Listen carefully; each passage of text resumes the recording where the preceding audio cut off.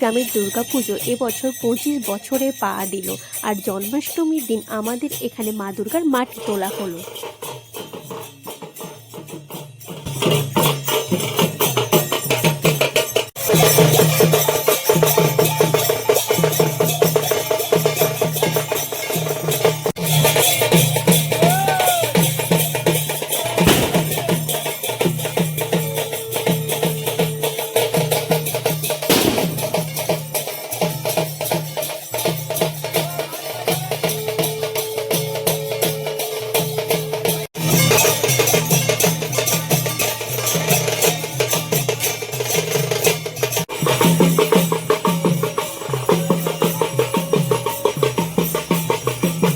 যেহেতু এক পা দুপা করে 25 বছরে পদার্পণ করেছিল, সেই জন্য আনন্দের সহিত সবার জন্য লুচি, মিষ্টি আর আলুর দমের ব্যবস্থাও করা হয়েছিল।